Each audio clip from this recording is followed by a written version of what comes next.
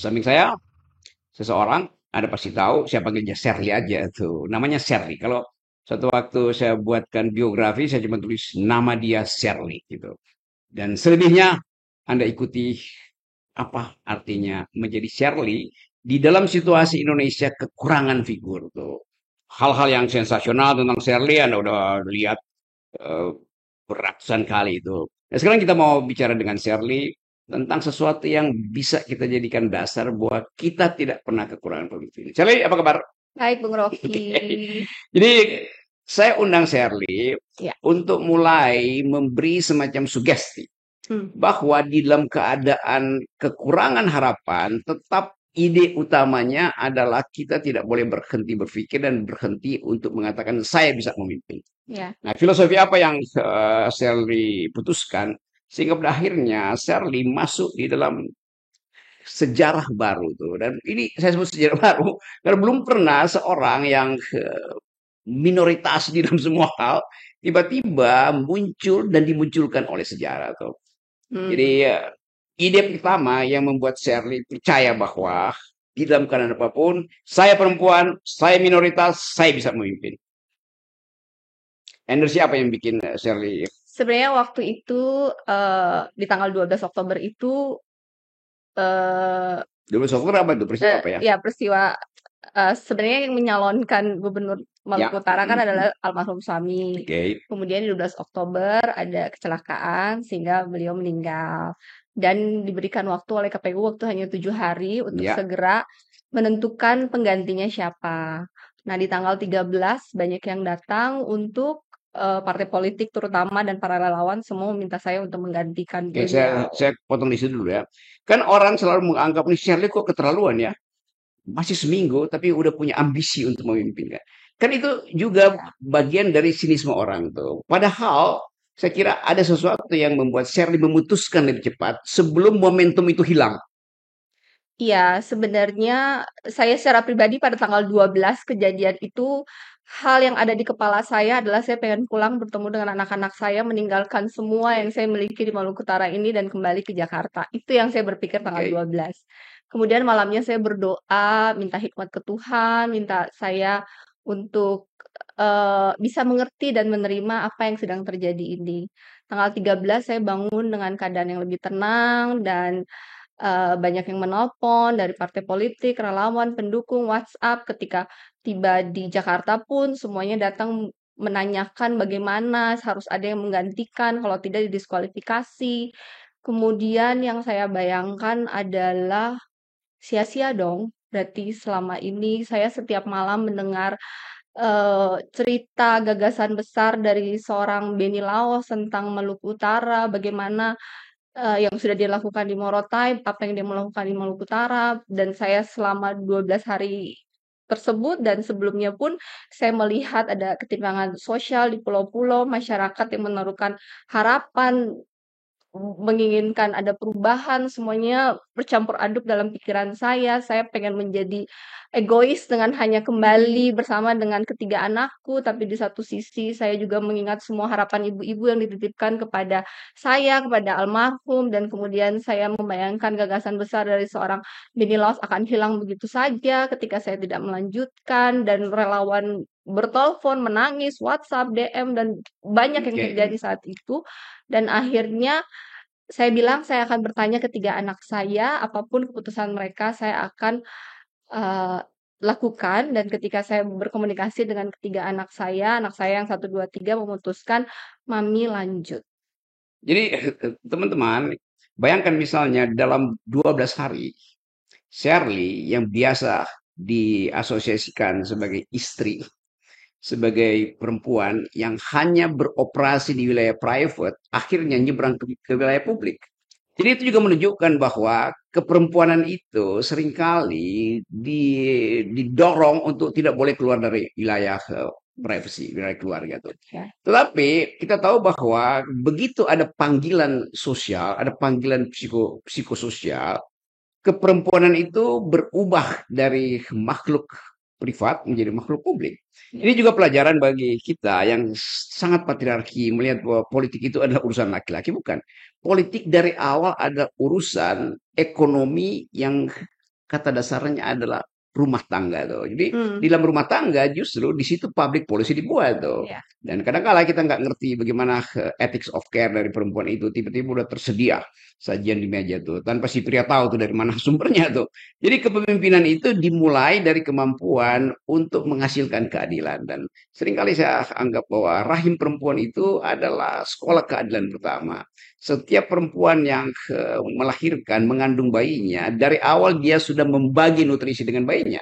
Dia membagi kecemasan dengan bayinya tuh.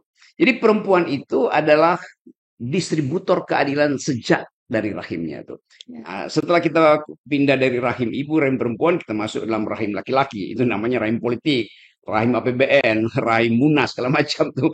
Jadi kita dapat pelajaran tentang etika feminis bahwa seorang tumbuh karena dia mengerti apa itu keadilan. Dan saya ada model pertama yang saya temukan yang mampu untuk melakukan langkah terobosan. Saya tahu bahwa saya akan dicurigai, saya akan dicemooh, bahwa ini janda, ini tiba-tiba kok punya ambisi, kan itu intinya. Tapi kalau kita tahu bahwa elemen keadilan itu mendahului upaya untuk menjaga keseimbangan antara dunia privat dan dunia publik. Jadi ketika saya memutuskan, oke, karena momentum masih ada, bertanya pada keluarga dan keluarga sangat suportif. Ya, bagian elemen ini, jadi energi pertama dari Shirley, energi berikutnya dukungan dari dua tiga anak Shirley yang betul-betul paham bahwa legacy dari bapaknya itu tidak boleh terhenti hanya Ya. karena sebuah peristiwa yang sudah ditakdirkan. Kebetulan saya pernah membawa anak saya yang pertama dan Hmm. mereka pernah juga ke Maluku Utara, ke pulau-pulau, melihat langsung kondisi di sana, membandingkan dengan kehidupan mereka di Jakarta dan mereka melihat bagaimana papanya almarhum yang memang benar-benar mendedikasikan dirinya, benar-benar passionate dalam Hmm. turun ngelihat satu-satu. Mereka melihat itu dan kemudian saya sendiri merasa bahwa memang bahwa ada, eee, saya perempuan, saya selalu kalimat pertama saya itu perempuan, tidak pernah dalam sejarah Maluku Utara itu perempuan menjadi pemimpin. Maluku Utara itu, eee, dunia yang sangat laki dengan selama, ratusan tahun dengan 4 kesultanan secara kultural dan budaya. Tetapi saya tidak pernah merasa bahwa menjadi perempuan adalah kelemahan. Saya tidak pernah menjadi perempuan adalah kelemahan. Saya selalu merasa bahwa perempuan itu, ya mungkin kita kelihatan lemah, kita kelihatan lembut, tapi saya selalu merasa perempuan itu punya kekuatan internal yang sangat kuat, apalagi karena saya juga sudah menjadi seorang ibu, menjadi Hmm. seorang ibu rumah tangga. Semua ibu dan sebuah ibu rumah tangga tahu kekuatan yang kita miliki sebagai seorang ibu dan ibu rumah tangga itu selalu ada kekuatan ekstra itu, tetapi Nah, kekuatan kemudian saya memahami bahwa akan ada penolakan, tetapi waktu itu tidak terpikirkan menjadi penghalang, saya hanya fokus untuk, melanjutkan gagasan besar untuk Maluku Utara dan berjalannya dengan setelah proses KPU selesai 7 hari dan mulailah bermunculan karena saya perempuan, tapi saya merasa itu adalah kalau dibikin SWOT analisis, saya merasa itu malahan Hmm. strength saya. Hmm. Karena kita ada 4 paslon dan 3 ada laki-laki, saya satu-satunya perempuan dan perempuan mewakili sekitar 52% dari Maluku Utara. Dan saya selalu bilang, yang paling mengerti perempuan adalah perempuan itu sendiri. Oh, oke. Jadi saya belajar untuk mengerti melalui Shirley itu. Dan saya bilang buat yang laki-laki, jangan khawatir karena yang paling peduli dengan kalian adalah ibu kalian. Saya adalah seorang ibu dan saya akan menjadi ibu untuk kalian semua. Oke, saya ingatkan peristiwa itu tadi teman-teman untuk menghubungkan Shirley dengan ekspektasi yang makin lama makin tinggi. Sekarang kita Ya, pindah pada setelah selesai itu, anggap aja itu mengucapkan kembali hal-hal yang memungkinkan kita memendekkan peristiwa lalu ya, memperpanjang harapan. Oke, peristiwa sudah selesai. ya. Dan sekarang kita masuk pada pertanyaan, bukan pertanyaan sebetulnya. Saya ingin dapat semacam, sebut aja, dorongan atau publik ingin dapat dorongan baru dari Shirley itu. Hmm. Shirley nanti Februari dilantik sebagai Hmm. gubernur. Tetapi ekspektasi publik udah mendahului apa yang akan Shirley lakukan sesuai dengan janji Shirley. Jadi Shirley akhirnya jadi figur nasional. Orang ingat Shirley ya bukan sekedar calon atau gubernur terpilih, tapi seseorang yang jadi simbol bahwa Indonesia ada pemimpin akhirnya kan. Capaian Shirley itu luar biasa tuh. Nah, di dalam pertimbangan itu, ide pertama Shirley setelah dilantik gubernur, Shirley akan diminta untuk kasih ceramah di berbagai macam provinsi sebagai pembanding itu akan diundang oleh universitas. Saya pastikan itu pasti semua universitas akan undang Shirley untuk kasih orasi, untuk kasih semacam pendidikan public policy. Karena kemampuan Shirley tadi untuk memperlihatkan bahwa saya minoritas, saya perempuan, tetapi dalil keperempuanan itu justru yang memungkinkan atau yang membuat orang percaya bahwa Shirley mesti jadi figur publik nasional. Siapanya Pertama, tanpa perlu persiapan sebetulnya. saya selalu saya adalah orang yang sangat output oriented. Output oriented. Ya, Oke. jadi saya tidak banyak berbicara, tapi mudah-mudahan jika Tuhan bersama dengan saya, semuanya berjalan dengan baik, saya bisa membuktikan dan bisa mewujudkan semua yang saya janjikan. Program yang saya janjikan sebenarnya sederhana. Prioritas kemarin tuh cuman pendidikan, kesehatan, infrastruktur Oke. yang terjangkau, yang layak dan berkualitas. Dan saya berencana dalam tahun pertama di 2025 karena di Maluku Utara itu ada sekitar 27% dari lulusan SMP itu tidak bisa lanjut ke SMA. Dan kemudian dari SMA tidak bisa lanjut ke universitas. Saya merasa bahwa saya pengen menjadi gubernur yang adil, yang inklusif, yang berpihak kepada mereka yang terpinggirkan atau termarginalkan. Saya mau masyarakat Maluku Utara semua mendapat akses pendidikan dan kesehatan yang adil dan sama. Oleh karena itu di tahun 2025 saya berencana mengatur APBD dan menghemat yang bisa dihematkan sambil menunggu ke APBD untuk bisa segera karena kan tahun ajaran baru tuh Juli 2025. Jadi mudah-mudahan sudah bisa mengakomodir walaupun parsial untuk membiayai mereka SMP lanjut ke SMA dan SMA untuk kuliah karena itu yang saya janjikan untuk beasiswa. Dan begitupun dengan kesehatan membutuhkan waktu yang lebih lama karena sarana dan prasarananya, kualitas dokter, infrastruktur semua harus dirapikan itu mungkin akan butuh waktu 1-2 tahun sendiri. Dan infrastruktur saya dari sekarang sudah berkomunikasi eh, ke pusat, walaupun memang belum dilantik, tetapi saya sudah menyiapkan program-program, saya sudah memetakan secara infrastruktur, kita namakan Transkiaraha, karena permasalahan di Maluku Utara itu adalah transportasi. Kita adalah kepulauan, semua biaya mahal, semua kesulitan akses kepada pendidikan dan kesehatan yang baik, semua turunnya nilai tukar petani dan nelayan, semuanya karena biaya transportasi yang tinggi.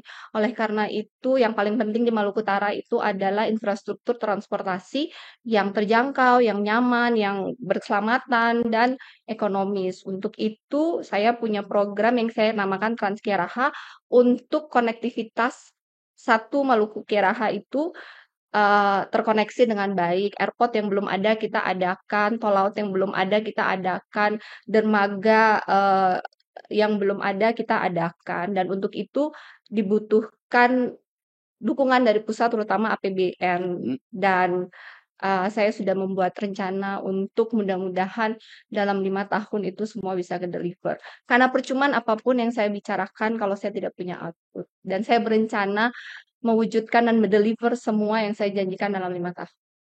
Oke, output segitu, tetapi inputnya kan terbatas. Input publiknya ya, APBD, Ya, saya sudah dana. mempelajari bahwa Oke. APBD kita di tahun 2025 hanya 3,3 triliun, which is itu sangat kecil. Dan untuk itu saya butuh dukungan dari APBN, infrastruktur, dan semua kementerian itu sebenarnya udah punya program-program. Kita hanya perlu rajin melobi ke kementerian, mencari apa yang bisa dibantu Maluku Utara. Karena pada dasarnya tugas dari gubernur itu untuk memastikan program nasional dapat diimplementasi dengan baik ke daerah dan bagaimana berkomunikasi dengan baik ke pusat sehingga pusat bisa mendukung Maluku Utara dengan membangun infrastruktur yang kebetulan Maluku Utara juga em, tambangnya lumayan bertumbuh dan memberikan kontribusi devisa yang banyak untuk Indonesia. Oke, saya masuk di situ ya. Kan Shirley menganggap bahwa dukungan publik Shirley udah peroleh itu. Hmm, Dukungan anggaran APBN pasti tidak cukup tuh. ya, Dan kalau kita bicara tentang potensi tadi, potensi ekstraktif industri situ kan. Justru itu yang kelihatannya orang akan lihat kontradiksinya tuh. hmm, Shirley pengusaha ya, di bidang itu bertahun-tahun mengerti wilayah itu, ya, mengerti bahwa upaya untuk memecut ekonomi, hmm, ekonomi nasional maupun ekonomi wilayah itu, kalau Pak Prabowo bilang 8%, tapi kemudian kelihatannya dikoreksi menuju 8%. hmm, Ibu Sri Mulyani pastikan ya minimal 4,5, 5,5 juga udah bagus itu kan. Tetapi kalau kita asumsikan bahwa harus ada percepatan pertumbuhan, hmm, itu paralel dengan perusahaan lingkungan pasti kan. Akan hmm, di-watch itu. Kita bisa bilang oke, kita bisa hitung itu biaya ekologinya berapa untuk biaya pertumbuhan ekonomi itu, hmm, gampang dihitung itu kan. ya, Tetapi orang menganggap apa keterangan Sherry nanti kalau ternyata di-watch bahwa jumlah ecological footprint, jejak ekologis yang dalam bentuk deforestasi itu disandingkan dengan kemakmuran yang Shirley pastikan hmm, akan diperoleh rakyat. Jadi orang akan lihat, ya boleh aja Ibu Gubernur Shirley, tetapi LSM akan cerewet. ya. Ya memang dia janjikan, ya pendapatan bertambah, tetapi perusahaan lingkungan juga berlanjut tuh. Persiapan untuk tiba pada problem itu. Dan semua dunia sekarang ada dalam soal itu tuh. Jika sudah dilantik nanti, saya berencana untuk mengumpulkan semua pelaku pengusaha tambang, Hmm. eh, mencari titik tengah pemanfaatan dana CSR mereka sehingga benar-benar memberikan manfaat yang seimbang kepada para masyarakat yang hidup di lingkar tambang. Dan untuk diketahui, di Maluku Utara itu tidak semua daerah dirusak. Jadi Hmm. memang ada daerah industri seperti di Halmahera Tengah, di Iwip, ada sebuah zona di Halmahera Timur ada dan di Halsel ada. Tidak semua daerah ada tambangnya, hanya di daerah industri tertentu yang ada tambangnya. Kemudian dalam proses pertambangan itu sebenarnya sudah ada dokumen-dokumen pelestarian alam seperti AMDAL-nya, bagaimana mereka mereklamasi kembali, bagaimana mereka melakukan perbaikan lingkungan setelah itu. Hanya saja menurut saya mungkin belum diimplementasikan atau dikontrol dengan baik dan itu saya akan menjadi garda terdepan untuk memastikan lingkungan hidup itu dapat dijaga semaksimal bahwa tambang tidak merusak sama sekali tidak mungkin. Oke. Tambang itu pasti merusak, tinggal ditimbang antara dampak ekonomi dengan benefit secara ekonominya. Nah, itu yang dijaga keseimbangannya. Dan buat masyarakat yang tinggal di lingkar tambang, ada mereka nelayan dan petani yang terganggu mata pencariannya mereka, mereka harus diberikan alternatif lain sehingga kesejahteraan mereka bukan berkurang tetapi bertambah dengan kenyamanan. Itu semua dibutuhkan komunikasi yang baik antara masyarakat lingkar tambang, pemerintah daerah, pemerintah pusat, dan para mereka pengusaha tambang mencari solusi yang terbaik. Dan untuk itu saya akan memastikan menjadi garda terdepan karena saya sendiri adalah diver. Saya sangat mencintai, saya mengerti bahwa uh, alam itu nilainya tak terhingga untuk anak Teman-teman, cucu diver kita. artinya penyelam. Ya, penyelam.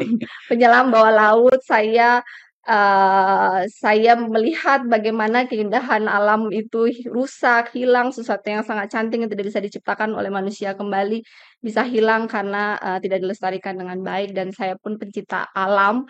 Saya juga melihat proses bagaimana ada satu spot wisata di Halmahera Tengah yang tadinya begitu cantik namanya Boki Maruru dan kemudian Hmm. sekarang mungkin jadi agak kurang cantik Tetapi segala sesuatu dikomunikasikan dengan baik, dicari cara tengah untuk win-win sehingga alam tetap terjaga, ekonomi mendapatkan benefitnya, Oke. komunikasi menurut saya. Sherry percaya nggak kalau misalnya sebut aja aparat atau petugas atau pejabat daerah yang mengelola lingkungan itu diberi pada perempuan? Karena secara eh, arkeologis, secara antropologis, perempuan lebih dekat dengan alam tuh. Karena etika kepedulian itu tuh. Saya tidak mengerti laki-laki ya, tapi menurut Oke. saya perempuan itu lebih peduli, lebih detail, karena pada dasarnya perempuan adalah seorang ibu, sifat alamnya adalah melestarikan, membangun, menjaga, merawat semua yang indah tetap indah, yang tidak seimbang menjadi seimbang. Jadi menurut saya, selama niat saya baik, selama komunikasi baik, selama semua pihak win-win, dan tujuannya untuk kesejahteraan banyak orang, saya rasa semua bisa tercapai. Oke, ini nekat nih. Dia bilang dia nggak percaya pada laki-laki. Saya bukan bilang tidak percaya kepada laki-laki. Saya bilang saya tidak mengerti Tidak pemikiran mengerti pada laki-laki. laki-laki. Itu yang saya mau terangkan. Saya mengertinya perempuan karena saya adalah Ya. seorang perempuan. Jadi bayangkan teman-teman, saya ini mengajar etika lingkungan 15 tahun. Tetap tidak dimengerti pikiran saya kan. Jadi sebetulnya soal lingkungan itu bukan soal kecerdasan akademik. Nah itu saya betul. Tapi kecerdasan etik yang datang dari pengalaman real bertemu dengan alam. Walaupun saya Ya. pecinta alam, tapi Mhm. seringkali secara natural perempuan itu dibekali dengan kepekaan alamnya. Ya. Jadi saya tanyakan itu tadi supaya ada keyakinan dan harapan bahwa wilayah ekologi, wilayah pariwisata terutama itu dan pariwisata laut itu akan diolah oleh tangan-tangan perempuan di Maluku Utara. Jadi simbol bahwa tangan perempuan itu ada tangan alam, tangan laki-laki adalah tangan kekuasaan. Di satu sisi juga menurut saya bahwa ya ekonomi Maluku Utara sekarang ditunjang oleh tambang, tapi tambang ini ada expired date-nya. No, Akan oke. ada di mana dia habis. Kemudian sedangkan alam yang cantik, pariwisata yang sustainable itu akan menjadi warisan turun-temurun dan ketika pariwisata sebuah daerah bertumbuh, ekosistemnya, Hmm, stakeholder-nya itu semua akan hidup dan selama itu sustain, maka itu akan berkepanjangan dan bisa diwariskan dan tidak akan pernah habis. Jadi menurut saya Eee, industri pariwisata Maluku Utara harus berkelanjutan, yang kita miliki kita sudah dianugerahkan Tuhan alam yang cantik, yang tidak akan mungkin bisa diciptakan oleh manusia kembali. Kita harus jaga karena ini adalah warisan pada anak cucu kita, bagaimana mereka hidup nanti menjadi petani, menjadi nelayan, pariwisata yang cantik, mereka bisa hidup selamanya. Sedangkan tambang ini akan habis, jangan karena sesuatu yang jangka pendek merusak jangka panjang. Menurut saya seperti itu. nah, what a Dan menurut philosophy. saya, kembali lagi kata Bung Rocky, tidak butuh intelektual yang terlalu hebat. Ya, Hanya dibutuhkan kepedulian, komunikasi, win-win, and action. oke, ini pelajaran bahwa kadangkala kelas-kelas filsafat lingkungan, kelas-kelas hukum lingkungan itu kurikulumnya panjang lebar. Hmm. Tetapi mengerti bahwa alam itu adalah extension dari rahim perempuan. Atau kita balik, rahim perempuan itu adalah miniatur dari alam tuh. Jadi keindahan pikiran itu yang tidak mungkin saya baca di dalam literatur dan diterangkan dalam versi yang sangat ringkas oleh Sherry. Jadi teman-teman kalau mau belajar etika lingkungan, boleh Anda baca buku, tapi saya ingin Anda datang ke Maluku Utara untuk belajar langsung dari Sherry. Nanti satu waktu setelah dia dilantik. Oke, kita pindah soal lainnya. Eh, tadi saya mulai dengan menduga bahwa Shirley akan jadi tokoh publik dalam pengertian skop nasional tuh. Hmm. Begitu Anda dilantik Februari, itu semua kamera akan ada di situ tuh. Hmm. Oh, partai-partai mulai merasa bahwa oke, kita mulai investasi.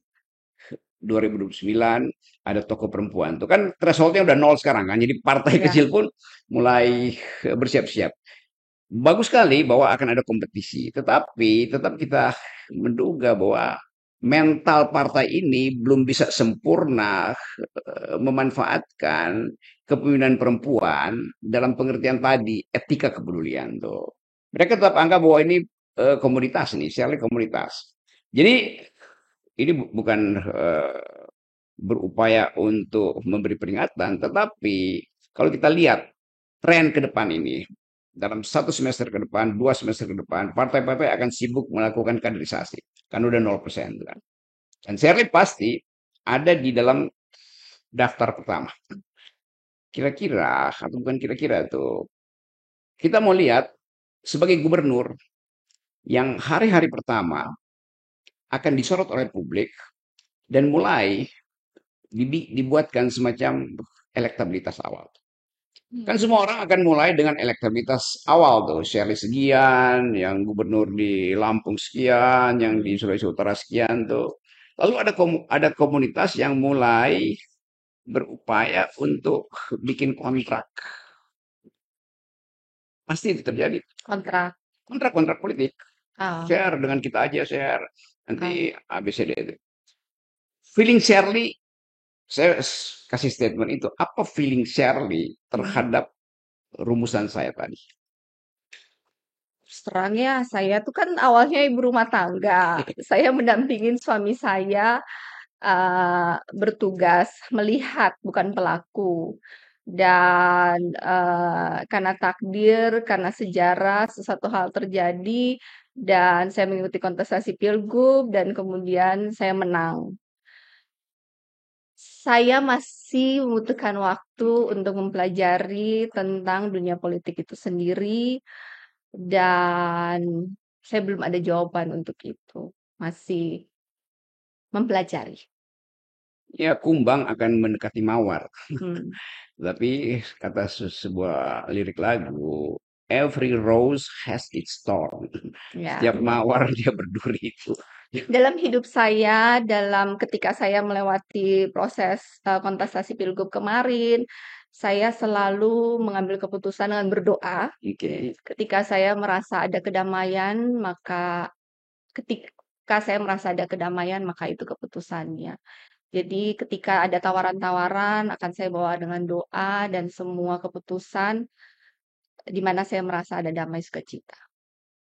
Oke, kita masuk ke soal lain lagi ya setelah sesuatu yang bisa kita bayangkan, tapi Sherly yakin bahwa Sherly bisa atasi itu dengan cara Mudah-mudahan. belajar melalui peristiwa. Oke, Ya. oke. Sekarang dunia ada di dalam sebut aja ketidakseimbangan global secara ekonomi, secara politik tuh, dan Maluku Utara dulu diingat sebagai semacam hub dari kekuatan militer Amerika Ya. untuk menyusun kekuatan di Pasifik itu. Kan kita tahu Morotai dulu itu adalah semacam bukan semacam, dia adalah pangkalan militer Ya. Amerika dan MacArthur ada di situ tuh. Dan orang mulai melihat potensi Indonesia terlibat di dalam krisis internasional. Dan Shirley ada di situ. Jadi satu waktu saya bilang tadi, Shirley dari gubernur diincer, pakai aja diincer oleh publik nasional untuk jadi tokoh apapun motif mereka. Tetapi sekaligus satu waktu Shirley akan masuk dalam percakapan global internasional. Kalau terjadi krisis di Indo-Pasifik misalnya, orang akan lihat apa sebetulnya peran historis Indonesia dalam krisis itu. Dan orang akan ingat bahwa oke, Perang Dunia Kedua itu Morotai tempat yang Strategis. sangat strategis dan itu ada di wilayah kekuasaan pemerintahan seorang perempuan. Dan Shirley pasti juga akan mempersiapkan diri untuk menerangkan pada publik posisi strategis dari Maluku Utara di dalam konstelasi politik yang sedang berubah. Pernah membayangkan itu? Hmm, Saya ajukan pertanyaan ini karena ada momentum politik global loh. iya. Saya hanya selalu melihat Morotai sebagai potensi destinasi pariwisata internasional. Dan saya tidak terlalu memahami posisi Morotai secara politik global. Tetapi apapun setahu saya keputusannya biasanya ada di pemerintah pusat Pemerintah yang pusat betul. berhubungan dengan um, isu internasional. Jadi kalau kita lihat misalnya potensi Morotai itu justru ketika terjadi ketegangan internasional banyak turis yang akan datang situ untuk tahu apa sih lapangan terbang yang apa namanya Tapi MacArthur, Morotai mempunyai potensi yang sebenarnya sangat besar yaitu sebagai destinasi pariwisata internasional karena letaknya di Asia Pasifik. mhm, Dan dari Jepang, dari Hong Kong, bahkan dari Guam itu ternyata cuma oke. 6 jam. Dari Hong Kong mungkin sekitar 3 jam, dari Jepang sekitar 4-5 jam. Hanya saja Morotai sekarang belum international airport. Jadi Diharapkan Morotai bisa menjadi international airport dan kemudian bisa menjadi destinasi pariwisata internasional yang sesungguhnya karena potensi alamnya sangat bagus. Hanya dibutuhkan international airport dan semuanya bisa berjalan dengan ke sananya itu jadi itu akan jadi destinasi ya. destinasi sejarah. Ya, Kan destinasi yes. sejarah Perang Dunia Kedua, destinasi alam, kuliner, banyak yang bisa dilakukan dengan Morotai dan itu menjadi alternatif pertumbuhan ekonomi Maluku Utara selain tambang. Mhm. Kalau kita bikin di situ misalnya perpustakaan sebetulnya perpustakaan Perang Dunia Kedua tuh. Bisa juga. Oke. Jadi orang akan tahu bahwa oh ya Indonesia dari awal memang ada di dalam kontestasi politik global tuh. Ya. Jadi saya bayangkan tadi Shirley datang dari seorang ibu rumah tangga, berevolusi dengan cepat Hmm. menjadi pemimpin politik lokal. Kemudian disorot oleh publik karena sesuatu yang mendebarkan sekaligus mencerahkan, maka jadi tokoh nasional tuh. Kan nggak semua gubernur yang sekarang itu jadi tokoh nasional. Sally tiba-tiba berangkat dari rumah, pindah ke kantor gubernur nanti, lalu jadi tokoh nasional, di mana semua orang akan berupaya untuk jadikan Sally parameter dari pemimpin tuh. Eh, punya sikap, punya nilai, tidak lembek di dalam bertengkar secara politik dengan kaum patriarki dan pada akhirnya akan dipanggil oleh sejarah untuk masuk di dalam fora internasional karena tadi Maluku Utara itu tetap strategis dan kalau ada ketegangan politik di Asia Pasifik atau di Cina Selatan pasti orang akan ingat apa peran Maluku Utara nanti. Dan itu yang memungkinkan orang melihat, oh di situ ada gubernur perempuan, artinya di situ akan diproduksi perdamaian. Kira-kira begitu tuh. Ya. Dan kayaknya yang kita sebut garis nasib orang yang kadang-kala baru bisa terbaca secara lengkap ketika dia mulai diuji oleh sejarah. Ya. Ada pesan seperti orang menunggu sinyal awal dari Shirley. Kan orang tetap anggap Shirley ada potensial leader buat Indonesia. Kadang kalau orang bilang, ya nantilah apa kata publik segala macam. Tetapi orang ingin lihat dari awal semacam determinasi dari Shirley untuk mengatakan saya akan memimpin Maluku Utara dan saya ingin kepemimpinan itu berimpact pada negeri ini. Dari saya lebih ke short term sih. Saya Oke. memastikan bahwa semua yang saya janjikan kemarin saya deliver dengan baik di 5 tahun ke depan. Kemudian saya juga pengen menyampaikan message kepada um, kaum perempuan, minoritas, saya triple minoritas, bahwa kita Indonesia. Saya Indonesia. Saya Indonesia, iya saya perempuan, tetapi saya tidak merasa bahwa seorang perempuan itu mempunyai hak yang lebih sedikit dibandingkan laki-laki Indonesia. Kembali lagi, saya Indonesia. Bahwa saya bukan agama mayoritas, tapi kembali lagi, saya Indonesia. Dan saya ingin membangun Indonesia sebesar mayoritas ingin membangun Indonesia. Karena saya lahir besar di Indonesia. Saya diajarkan tentang NKRI dan saya cinta Indonesia. Saya Indonesia.